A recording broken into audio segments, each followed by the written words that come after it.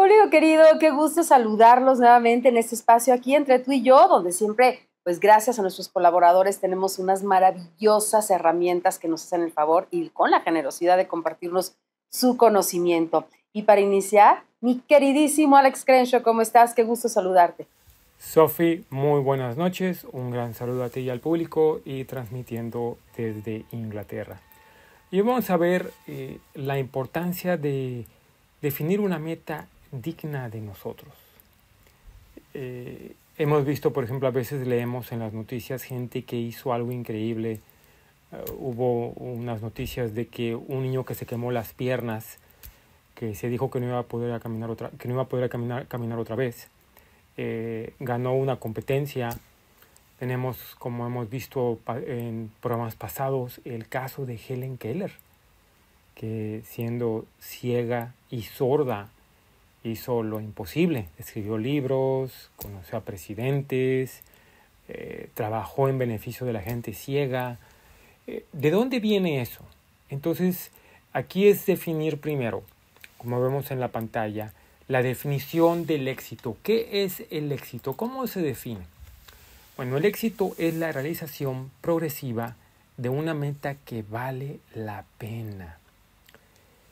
Y esta es un factor fundamental aquí. Es una meta que valga la pena.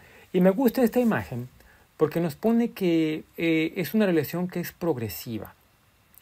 Va en pasos, ¿verdad?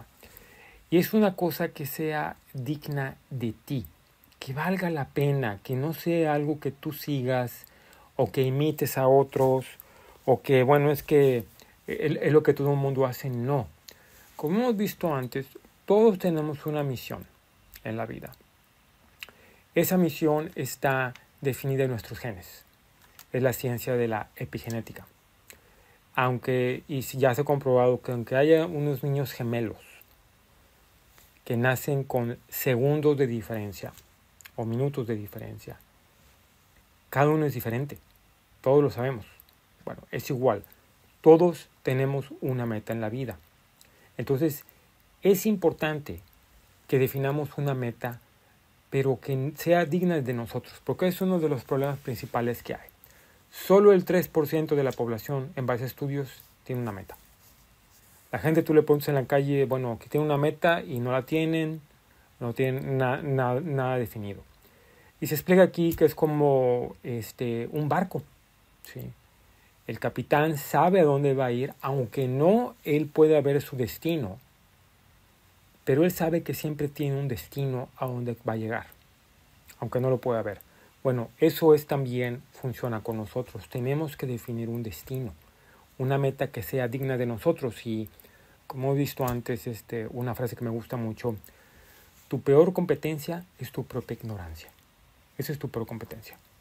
No es el negocio que está al lado de ti, que está en la esquina, no es la persona, no es el trabajador que están compitiendo, que están aplicando para el mismo puesto. No, es que tú te definas quién eres, que te encuentres a ti mismo y que definas una meta. Aquí podemos también ver la definición entre el éxito y el fracaso. Esto significa que cualquier persona involucrada normalmente en lograr algo que considera que valga la pena es exitosa. Al mismo tiempo, también significa que cualquier persona que no esté involucrada a ese grado debe definirse como no exitosa, un fracaso por lo menos por el momento. Sí, porque aprendemos de los fracasos. Ese es el punto importante que, por ejemplo, hemos visto en programas pasados con el caso de Andrés Pira, que se hizo de mendigo millonario a billonario. Tuvo fracasos, pero aprendió de ellos, ¿no? Entonces es una de las características de liderazgo, que aprendamos de los fracasos que hemos tenido. Es muy importante. Entonces, aquí el punto importante que nos va a ayudar a levantarnos del fracaso es que pongamos una meta que es digna de nosotros, porque cuando tú te defines o te pones el propósito de lograr tu misión en la vida, vas a empezar lo que se conoce como una batalla real. No es fácil, por eso muy poca gente logra su destino en la vida, porque no tienen el mapa, que es lo que estamos ofreciendo aquí. El mapa para lograrlo. Y un ejemplo como el caso de Helen Keller. ¿Sí? Ella tenía su meta y esa meta fue como el capitán de barco la que lo llevó a ella, aún en las situaciones más difíciles, a lograr eso, ¿no? Entonces, si esta mujer que no podía ni ver ni escuchar hizo lo que hizo, bueno, no, o sea, una persona que tiene todas sus facultades físicas y mentales, claro que puede hacerlo. Entonces aquí es importante entender cómo funciona el proceso, cómo debemos de actualizar lo que aprendemos. Por ejemplo, este conocimiento no solo es aprenderlo, sino aplicarlo. Y aquí podemos ver en este diagrama cómo el paradigma está entre los dos círculos, entre las ideas y el cuerpo humano, que es el círculo más chiquito. Tenemos el paradigma. El detalle está en que si tú defines una meta, pero no cambias el paradigma, como podemos ver aquí en la imagen, solo se va a quedar como una idea. Aunque sea muy poderoso, como vemos aquí, aunque sea un concepto muy creativo, aunque sea una información muy valiosa, que tú las absorbes por los sentidos, el ver, el escuchar, el oler, el saborear, tocar. Por ejemplo, conoces a una persona que te inspira mucho en una conferencia, le das la mano, lo tocas y muchas gracias por la conferencia. Pero si no trabajas con el paradigma, el conocimiento ahí se va a quedar. No va a haber mucho cambio. Y ahí podemos ver cómo mucha gente va a muchas conferencias, va a muchos seminarios, se emocionan, pero nada más dura una semana y se acaba, ¿no? Aquí nos dice, por ejemplo, tus sentidos le pasan información valiosa a tu mente consciente desde el mundo exterior. Tú puedes comprender y manejar esta información intelectualmente y sin embargo es posible que nunca, y pongan atención a esa palabra, que nunca actúes al respecto debido a tus viejos paradigmas o condicionamiento. Y aquí es una palabra importante, es viejo, o sea, están basados en el pasado. Cualquier paradigma está basado en el pasado. Condicionamiento del pasado, sea a nivel personal, sea a nivel empresarial, sea a nivel político. Entonces, si tú no trabajas en el paradigma, aunque tengas una idea muy poderosa, un concepto muy creativo o una información muy valiosa, no vas a llegar muy lejos. Es importante que cambies el paradigma, que lo hemos compartido en otros programas, que es, por ejemplo, el mecanismo psicocibernético. Este conocimiento es fundamental, cómo cambiar la autoimagen. Que la imagen que tienes ahorita está controlada por el paradigma. Entonces, si quieres cambiar tu imagen, tienes que trabajar en el paradigma. Es el comportamiento psicocibernético que hemos visto, ¿no? Entonces, aquí podemos entender gráficamente por qué la gente es clásico, ¿no? Voy a escribir un libro y nunca lo escriben. Puede ser un libro muy bueno, con unas ideas muy buenas, pero nunca lo escriben, porque el paradigma los controla, ¿no? Entonces esto lo podemos aplicar a muchas cosas en la vida. Entonces es importante primero, para resolver un problema tienes que saber cómo se crea el problema. Y aquí podemos ver en esta imagen cómo se crea el problema. Entonces tenemos que enfocarnos al paradigma. En esta siguiente imagen que estamos viendo aquí podemos ver el proceso de cambiarlo, ¿sí? Cómo podemos cambiar el paradigma. Y, por ejemplo, tienes que ponerte primero una imagen de la meta. Como hemos visto, la mente funciona a través de imágenes. Así es como funciona. Entonces, primero tú en la mente consciente, que es la parte superior de esta imagen, tú te imaginas la meta que quieras, ¿no? Por ejemplo, Helen Keller, que lo vimos, ella era una meta de escribir libros. ¿Cómo explicas tú que una persona ciega escriba libros? Bueno, esta mujer lo hizo, escribió varios libros. Entonces, ella se puso a meta. Y tú, con procesos que hemos visto, vas a programar tu mente con el subconsciente, tu mente subconsciente. Y lo que te va a ayudar es que tú a esa imagen le agregues emociones, ¿sí? Tienes que agregarle emociones. Por eso hemos visto que afirmaciones, repetir una cosa el día entero. Pero si no hay emociones, no vas a llegar muy lejos. Tienes que asociar esa imagen con una emoción positiva, ¿sí? Que te inspire, ¿sí? Y esa emoción, como el cuerpo es emoción, son moléculas de emoción, esa emoción se va a expresar en el cuerpo. Y como tu cuerpo es tu antena, ¿sí? Esa vibración expresada mediante la acción, tienes que tomar acción, es muy importante, ¿sí? Tienes que tomar acción. Entonces, esa vibración, como vemos aquí, va a producir resultados. Y esa vibración establece una atracción que tú vas a traer a las personas, las situaciones, que te van a ayudar a que tú cumplas esa meta, ¿sí? Y la acción establece una reacción. O sea, tienes que tomar acción, no nada más de que ahorita, o sea, te emocionas mucho, pero tienes que tomar acción en la vida. Creo que mucha gente se queda allí. Por ejemplo, quieres empezar un podcast. Puedes tener la mejor idea, pero tienes que empezar, o tienes que agarrar un micrófono, aunque sea en tu computadora, y empezar con el podcast. Entonces aquí podemos ver cómo es el proceso tienes que trabajar en la parte entre la mente consciente, que es la imagen de la mente, y es el cuerpo, que es el círculo más pequeño, que es la mente subconsciente, y introducirle imágenes con las metas que tú quieras lograr. Esta es la fórmula para el cambio. Y tienes que practicarlo, tienes que verlo varias veces, y tienes que aplicarlo en tu vida. Y empieza con cosas pequeñas. Sí, como hemos compartido antes, el caso de Andrés Pira, de mendigo millonario, de mendigo a billonario.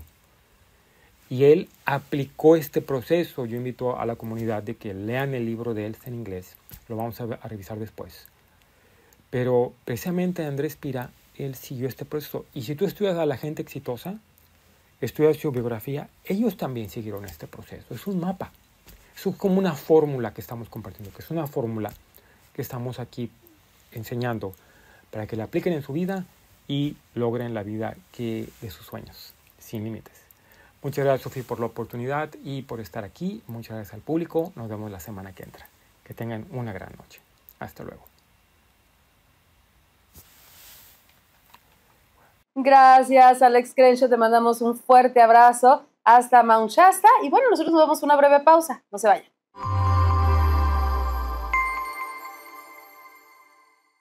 Lo de hoy es estar informado, con la primera emisión de Lo de Hoy, Morelos, de 8 a 9 de la mañana. Noticias, entrevistas, reportajes, deportes y cultura, para que usted inicie muy bien informado. Los esperamos. Amanece con la mejor actitud aquí en Despertando con Claudia Ponce, donde tú te sentirás como en casa, porque vamos a hablar con artistas y con personas profesionales en el ámbito personal y social. Síguenos en nuestras redes sociales y en el 10.1 Televisión Abierta de ViX Televisión. No te pierdas la segunda emisión de Lo de Hoy, Morelos. Soy Lizeth Larraguibel y te espero de lunes a viernes en punto de las 2 de la tarde. Te daré las noticias más importantes, entrevistas y la información más relevante del estado. Sintonízanos en ViX Televisión, el canal 10 de Easy Total Play, en el 10.1 de Televisión Abierta y en el 110 de Megacable.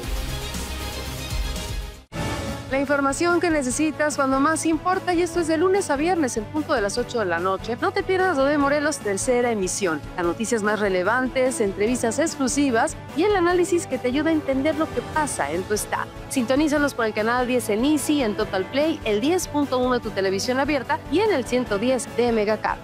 Lo de Hoy. Sintoniza nuestras 3 emisiones semanales. Inicia el día con nosotros con la primera emisión de 8 a 9 de la mañana. Segunda emisión de 2 a 3 de la tarde. No te pierdas el recuento de la mejor información nacional en Lo de Hoy México a las 7:45 p.m. Y cierra el día con la tercera emisión de 8 a 9 de la noche por el canal 10.1 de TV Abierta.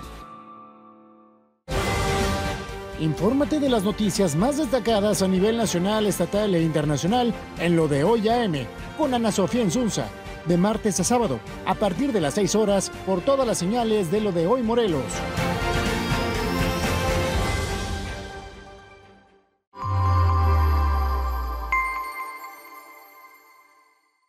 Ya estamos de regreso, mi queridísima Montserrat Plasencia. ¿Cómo estás? Qué gusto tenerte en este espacio.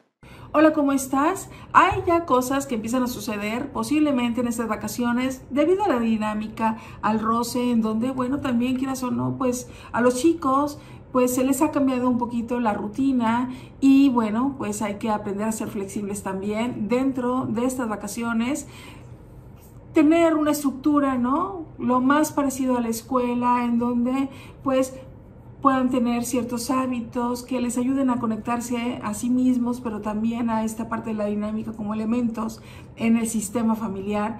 Y sobre todo aquí es ver y reconocer cómo nosotros, a través de ciertas circunstancias que pueden ser caóticas o estresantes para nosotros los adultos, pues nosotros podamos ir a hacer ese puerto seguro, y sobre todo que al ir conquistando nuestra calma va a ser su refugio. Y precisamente en el tema del enojo, bueno, pues hay veces que podemos nosotros poner límites, pero me parece prudente que a través de esos enojos que surjan en casa, pues nosotros darles alternativas. En vez de limitarlos, ¿te parece?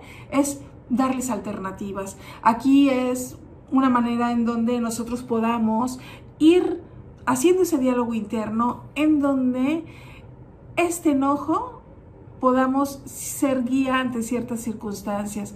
Mira, yo siempre digo y recomiendo que, y bueno, nosotros que nos dedicamos también a esto, bueno, también somos personas comunes que también transitamos ciertas situaciones y ciertas dinámicas, y que evidentemente pues hemos pasado ya ciertos caminos en donde vamos reconociendo y que podemos orientar a otros. Así que en esta manera en donde a veces los hijos transitan en esta parte del enojo, pues primero nosotros como adultos tenemos que ir transitando en este río de la calma, en donde en un lado pues está el caos y en el otro la rigidez. ¿Te das cuenta? Y fíjate que precisamente, no sé si hace tiempo yo mencioné esto, pero quiero traerlo a colación. Hubo un momento precisamente en unas vacaciones con mi hijo adolescente, íbamos a ir a un estado cercano, a un lugar, bueno, muy conocido por sus cascadas.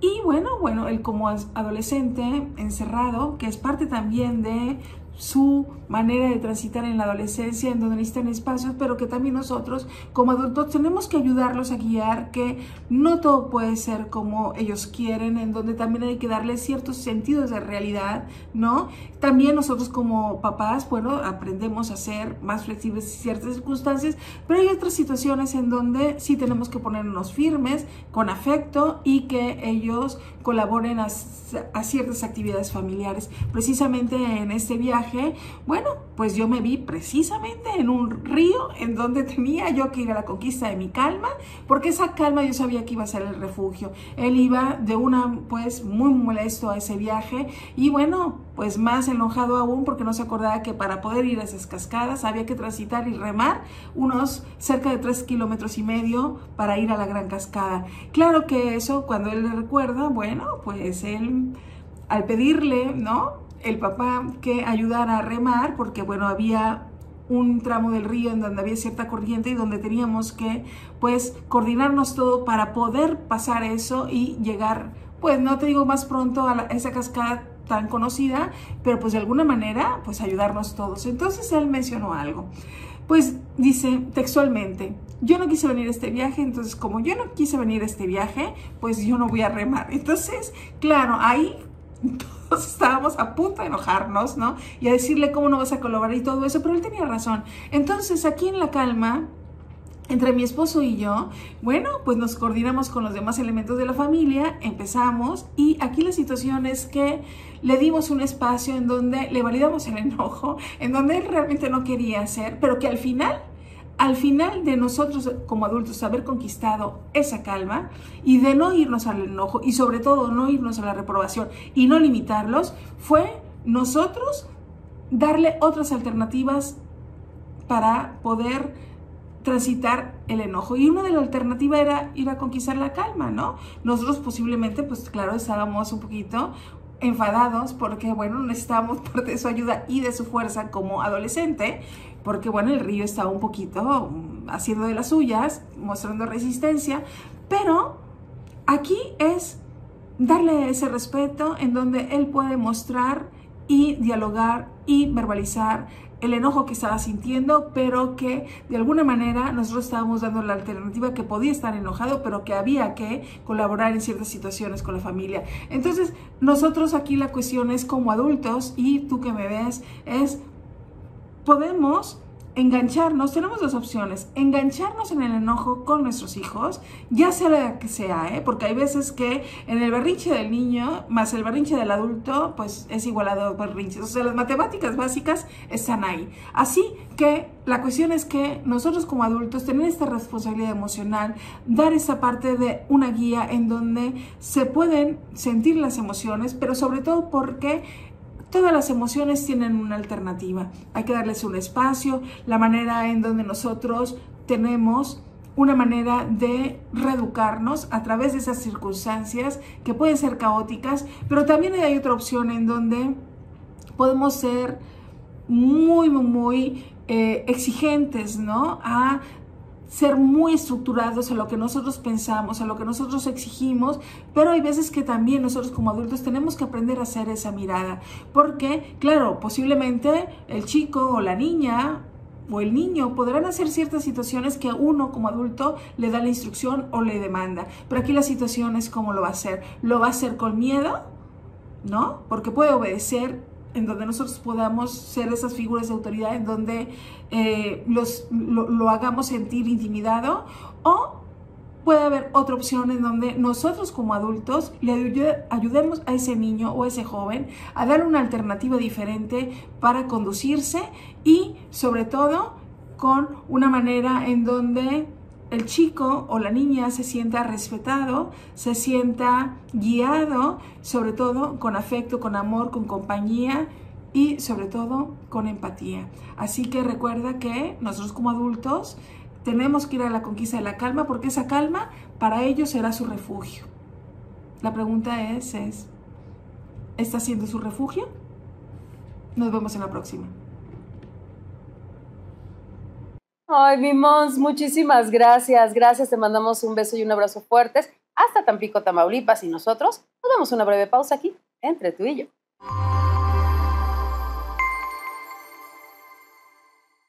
Lo de hoy es estar informado con la primera emisión de Lo de Hoy, Morelos, de 8 a 9 de la mañana. Noticias, entrevistas, reportajes, deportes y cultura para que usted inicie muy bien informado. Los esperamos. Amanece con la mejor actitud aquí en Despertando con Claudia Ponce, donde tú te sentirás como en casa, porque vamos a hablar con artistas y con personas profesionales en el ámbito personal y social. Síguenos en nuestras redes sociales y en el 10.1 Televisión Abierta de ViX Televisión. No te pierdas la segunda emisión de Lo de Hoy Morelos. Soy Lizeth Larraguibel y te espero de lunes a viernes en punto de las 2 de la tarde. Que te dé las noticias más importantes, entrevistas y la información más relevante del estado. Sintonízanos en ViX Televisión, el canal 10 de Easy Total Play, en el 10.1 de Televisión Abierta y en el 110 de Megacable. La información que necesitas cuando más importa, y esto es de lunes a viernes en punto de las 8 de la noche. No te pierdas Lo de Morelos, tercera emisión. Las noticias más relevantes, entrevistas exclusivas y el análisis que te ayuda a entender lo que pasa en tu estado. Sintonízanos por el canal 10 en Easy, en Total Play, el 10.1 de tu televisión abierta y en el 110 de Megacable. Lo de hoy. Sintoniza nuestras 3 emisiones semanales. Inicia el día con nosotros con la primera emisión de 8 a 9 de la mañana. Segunda emisión de 2 a 3 de la tarde. No te pierdas el recuento de la mejor información nacional en Lo de Hoy México a las 7:45 p.m. Y cierra el día con la tercera emisión de 8 a 9 de la noche por el canal 10.1 de TV Abierta. Infórmate de las noticias más destacadas a nivel nacional, estatal e internacional en Lo de Hoy AM con Ana Sofía Insunza, de martes a sábado, a partir de las 6 horas, por todas las señales de Lo de Hoy Morelos.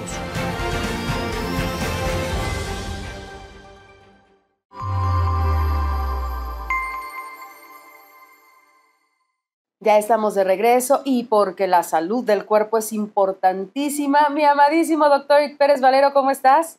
Hola, ¿cómo estamos? Excelente noche. Pues el día de hoy vamos a tocar un tema que pues es un tema pues que yo creo que todos hemos visto a alguien que lo padece, o conocemos a alguien que ha tenido, o bueno, hemos escuchado, ¿no?, de muchas cosas como pueden ser un tema de alergia, ¿no?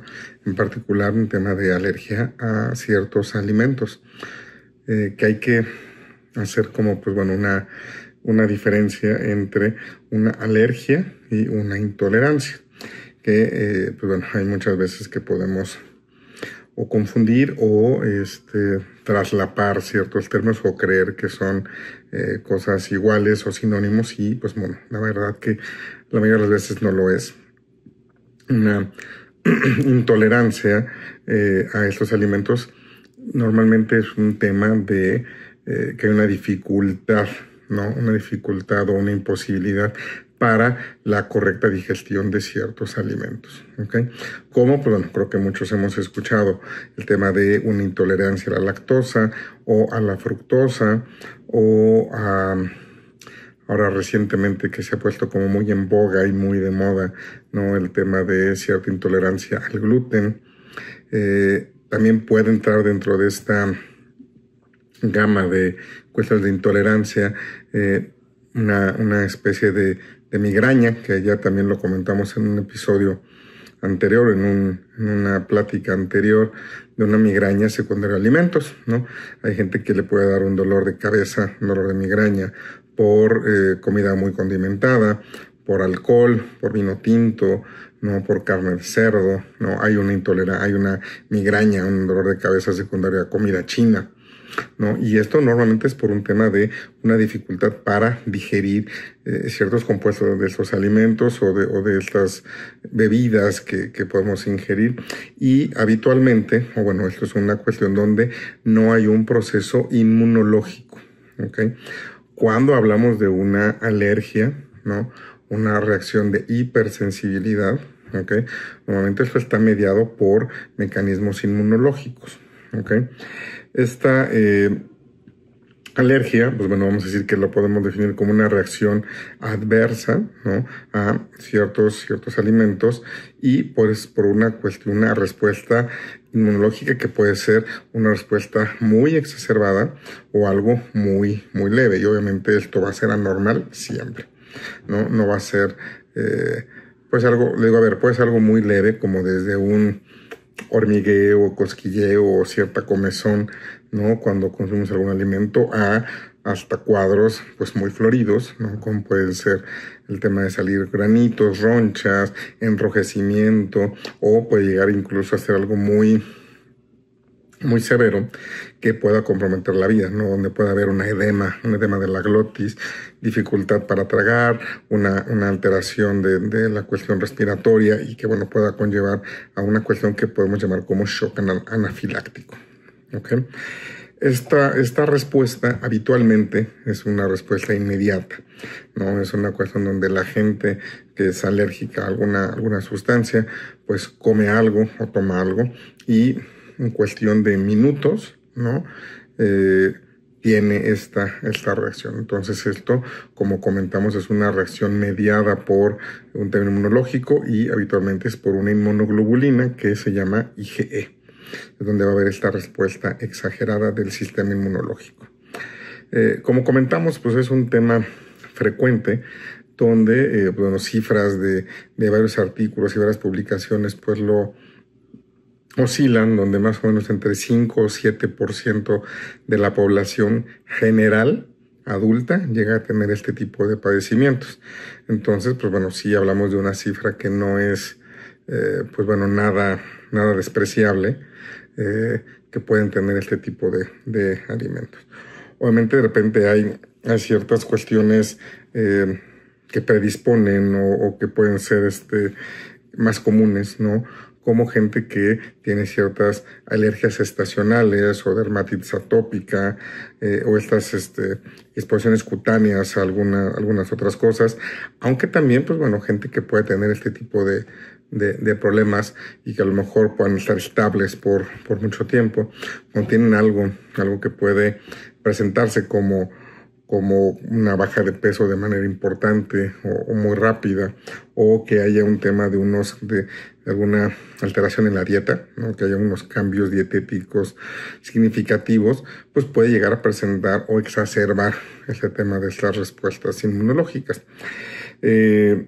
Hay alimentos que son, pues bueno, más más comunes, aunque bueno, podemos ser alérgico a cualquier sustancia, pero sí hay alimentos que pueden ser un poquito más comunes o más frecuentes que puedan presentar la gente estas alergias, ¿no? Como pues pueden ser mariscos, ¿no? O sea, el tema del camarón o ciertos crustáceos, ¿no? Almejas y cosas por el estilo, pues hay gente que pues ya es clarito que tiene este tipo de alergias. Frutos secos, ¿no? También nuez, cacahuate, almendra, etcétera, pistaches, son pues como cosas que pueden dar también alergia, el huevo, ¿no?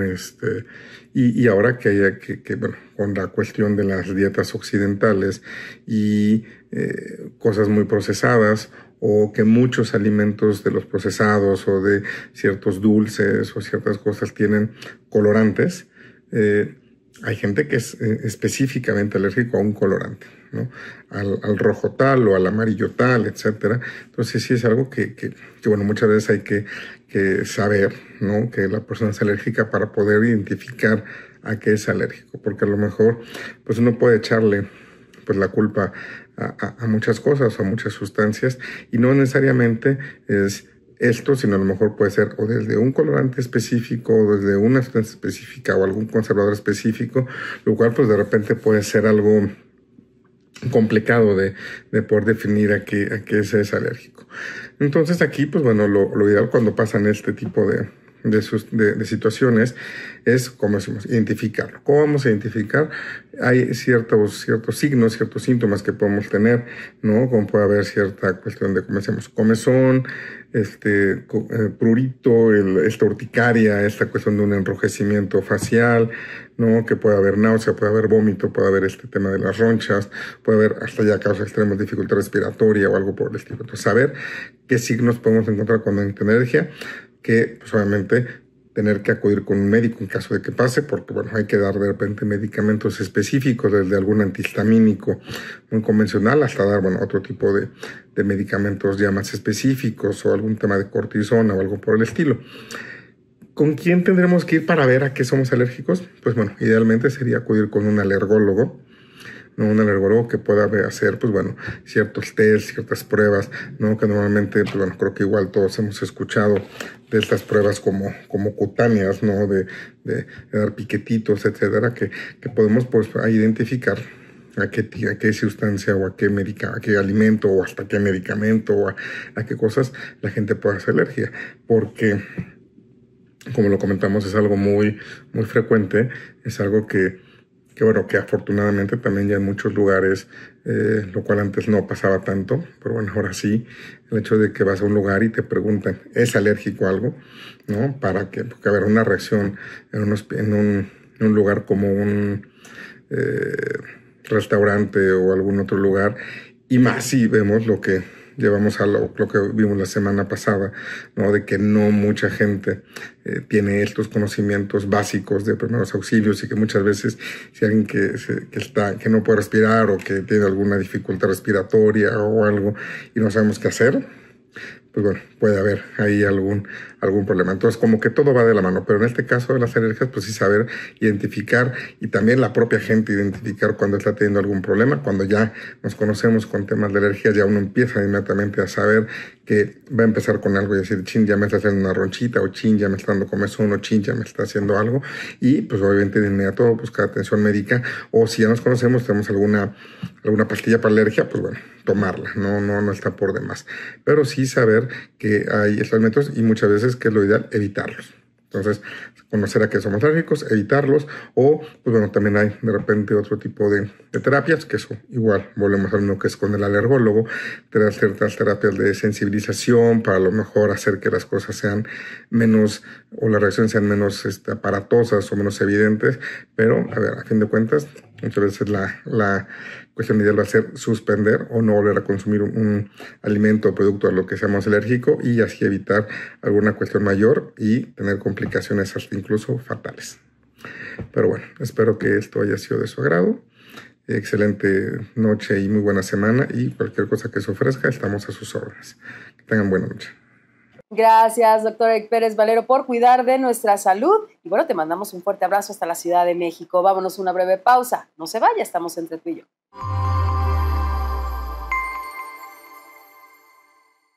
Lo de hoy es estar informado, con la primera emisión de Lo de Hoy, Morelos, de 8 a 9 de la mañana. Noticias, entrevistas, reportajes, deportes y cultura, para que usted inicie muy bien informado. Los esperamos. Amanece con la mejor actitud aquí en Despertando con Claudia Ponce, donde tú te sentirás como en casa, porque vamos a hablar con artistas y con personas profesionales en el ámbito personal y social. Síguenos en nuestras redes sociales y en el 10.1 Televisión Abierta de Dix Televisión. No te pierdas la segunda emisión de Lo de Hoy Morelos. Soy Lizeth Larraguibel y te espero de lunes a viernes en punto de las 2 de la tarde. Te daré las noticias más importantes, entrevistas y la información más relevante del estado. Sintonízanos en Dix Televisión, el canal 10 de Easy Total Play, en el 10.1 de Televisión Abierta y en el 110 de Megacable. La información que necesitas cuando más importa, y esto es de lunes a viernes en punto de las 8 de la noche. No te pierdas Lo de Morelos, tercera emisión. Las noticias más relevantes, entrevistas exclusivas y el análisis que te ayuda a entender lo que pasa en tu estado. Sintonízanos por el canal 10 en Easy, en Total Play, el 10.1 de tu televisión abierta y en el 110 de Megacable. Lo de hoy. Sintoniza nuestras 3 emisiones semanales. Inicia el día con nosotros con la primera emisión de 8 a 9 de la mañana. Segunda emisión de 2 a 3 de la tarde. No te pierdas el recuento de la mejor información nacional en Lo de Hoy México a las 7:45 p.m. Y cierra el día con la tercera emisión de 8 a 9 de la noche por el canal 10.1 de TV Abierta. Infórmate de las noticias más destacadas a nivel nacional, estatal e internacional en Lo de Hoy AM con Ana Sofía Insunza, de martes a sábado, a partir de las 6 horas por todas las señales de Lo de Hoy Morelos.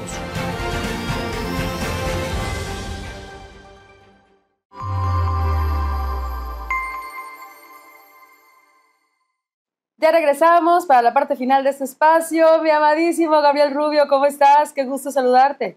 Hola, ¿qué tal, Sofía? Es un gusto volver a saludarte a ti y a tu querido público después de esta ausencia, pues por algunos motivos de salud, pero ya estamos aquí recuperándonos y listos para platicar acerca de un tema que considero que es muy importante y que son justamente las familias intrusivas. Una familia intrusiva es aquella que no respeta los límites o las líneas que definen la existencia de otro hogar, de otra estructura en la cual funcionan pues otros miembros, y comenzamos a querer imponer nuestros puntos de vista, nuestras reglas, nuestras leyes, nuestras maneras de pensar y costumbres. Las familias intrusivas son el problema número 1 de los conflictos que se tienen en pareja, y esto es cuando alguno de los dos miembros de la pareja, o a veces ambos, les está costando mucho trabajo marcar un límite, poner un alto a la interferencia, a las intervenciones de la familia de origen. Este fenómeno, quiero decirles lo que hemos visto en el ambiente en psicoterapia, que predominantemente afecta a los hombres, al sexo masculino.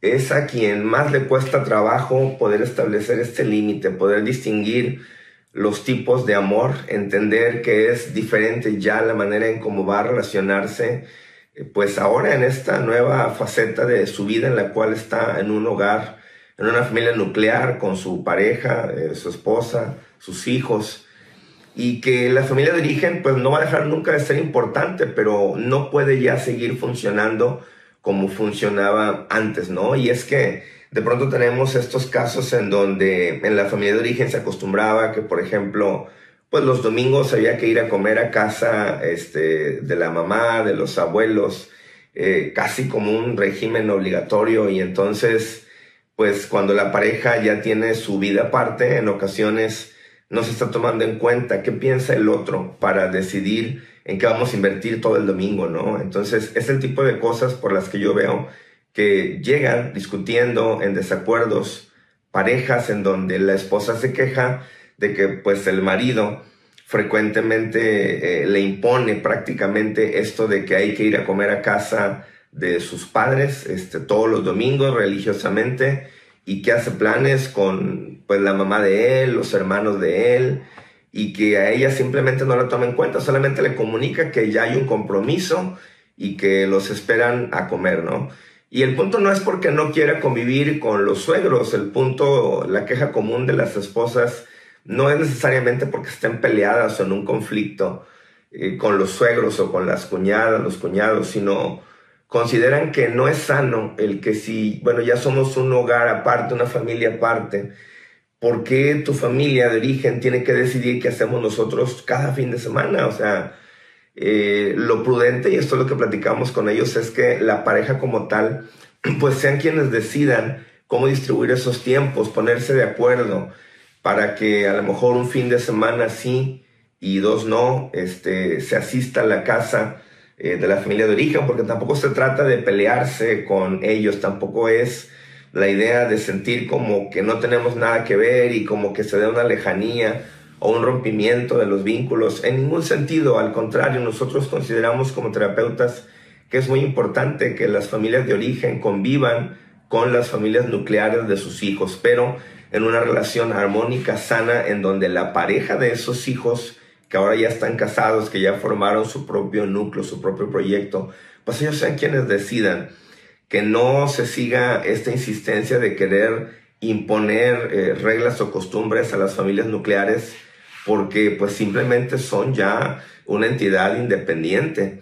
También hemos escuchado quejas en donde pues dicen las señoras, ¿no? Que llega la suegra, que llegan los suegros a la casa de la familia donde vive con el esposo, y que prácticamente actúa como si fuera también su casa, porque dice, bueno, aquí es casa de mi hijo, y yo vengo cuando quiero, y llega a la hora que quiere, y si el niño ya está dormido, el niño pequeño, por ejemplo, pues llega a quererlo despertar, a quererlo cargar, a querer dar instrucciones de cómo cuidarlo, cómo alimentarlo. Y pues a veces la señora, ¿verdad?, nos platica, la esposa, que pues se siente mal, incómoda con los suegros, que no quiere ser grosera, pero que ya es demasiada la intromisión y que su marido simplemente pues no pone límites, sigue dejando que sus padres intervengan y lleguen a la casa y quieran decidir imponer cosas sobre la crianza de los hijos. Fenómenos que son muy comunes aquí en México. Yo creo que en algunos otros países de América Latina, que tenemos una cultura muy parecida, pues atravesamos por problemas como estos, ¿no? En donde nos está costando mucho trabajo poder entender esos límites. Y resulta que al no saber distinguir y al intentar quedar bien en ambas partes, o al pensar que, por ejemplo, el caso del esposo, ¿no?, que él tiene que hacer todo lo que la mamá y el papá le dice como un asunto de agradecimiento, de respeto, de lealtad, y está dejando en segundo lugar, está desplazando a su pareja, pues comete un error, porque todo este tipo de cosas deben decidirse primeramente entre la pareja. Si hay invitaciones, se agradecen, pero la respuesta correcta es por cualquiera de las dos partes, el esposo, la esposa. Gracias mamá, gracias papá, o hermano, gracias, déjame platicarlo con mi pareja. Yo creo que a lo mejor sí, pero lo platico con ella, lo platico con él, y bueno, ya nos comunicamos, ¿no? O igual vamos un rato, pero bueno, nosotros teníamos este plan, les agradecemos como quiera la invitación, si hay chance nos damos una vuelta, pero que no se traslapen, que no se impongan los planes que ejerce la familia de origen sobre los planes que la pareja ya tiene definidos, diseñados, incluso con los hijos, ¿no? Hay casos en donde a lo mejor tienen pensado salir a un pequeño viaje cercano a la casa. A lo mejor el plan es irse 1 o 2 días a disfrutar, a descansar, y resulta que pues como ya los suegros llamaron, que hay un plan, que va a haber una tarde de lotería, que cumpleaños no sé quién, pues resulta que la pareja en forma unilateral por sí mismo, ¿verdad?, decide abortar el plan de convivencia, de salida en la familia nuclear, y les dice que pues fíjate que siempre no, que vamos a ir a casa de mi mamá, que vamos a estar con mis hermanos, que hay este evento. Y esto es algo que frecuentemente ha derivado, en conjunto con muchas situaciones de falta de límites, ha derivado en divorcios. Y en los casos más graves tenemos pues las faltas de respeto.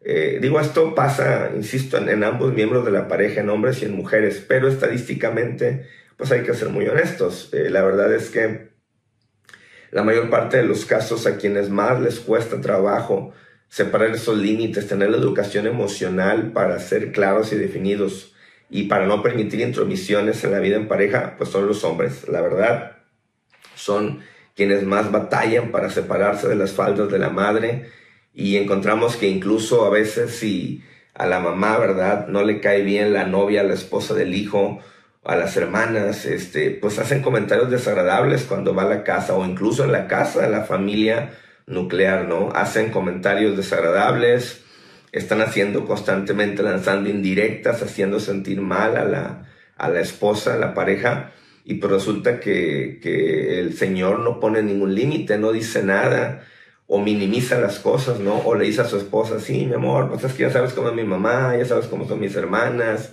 como si tuviera la obligación de entender que su familia de origen tiene problemas, que son metiches, que son groseros, que le faltan el respeto. Lo ven como si la esposa tuviera que aguantarse y adaptarse a esto, ¿no?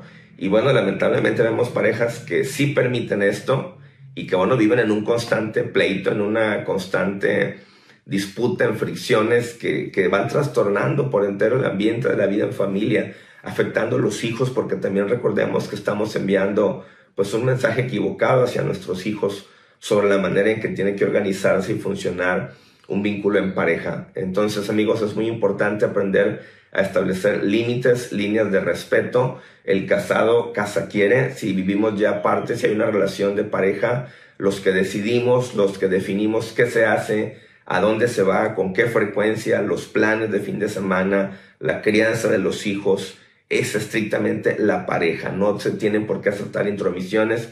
Los consejos están bien, las recomendaciones están bien, porque obviamente nuestros padres pues, nos van a llevar siempre más experiencia. Bienvenidos los consejos, las recomendaciones bien intencionadas, pero es responsabilidad de la pareja decidir si los pone o no los pone en práctica. Una cosa es la recomendación, la sugerencia, o el yo preguntarles a nuestros padres, a mis suegros, si esto está bien con el niño, si que una medicina, que un remedio, está bien, es válido, pero no imposiciones, no intromisiones, no verlo con un carácter obligatorio y mucho menos pasando por alto y faltándole al respeto a la pareja, imponiéndole cosas que vienen desde la casa paterna, desde la casa de la familia de origen, sino que tenemos que darle su lugar, respetarla, respetarlo y decidir en conjunto las cosas. Si somos capaces de entender que ahora ya cargamos una sola mochila y que entre los dos somos responsables del éxito, de la prosperidad, del bienestar de nuestra familia nuclear, pues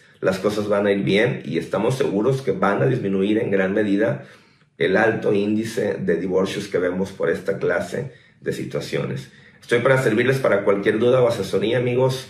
833-127-8169 mi número, vía WhatsApp, por ahí nos pueden platicar sus opiniones. Soy Gabriel Rubio, psicoterapeuta, y aquí estamos para servirles con mucho gusto.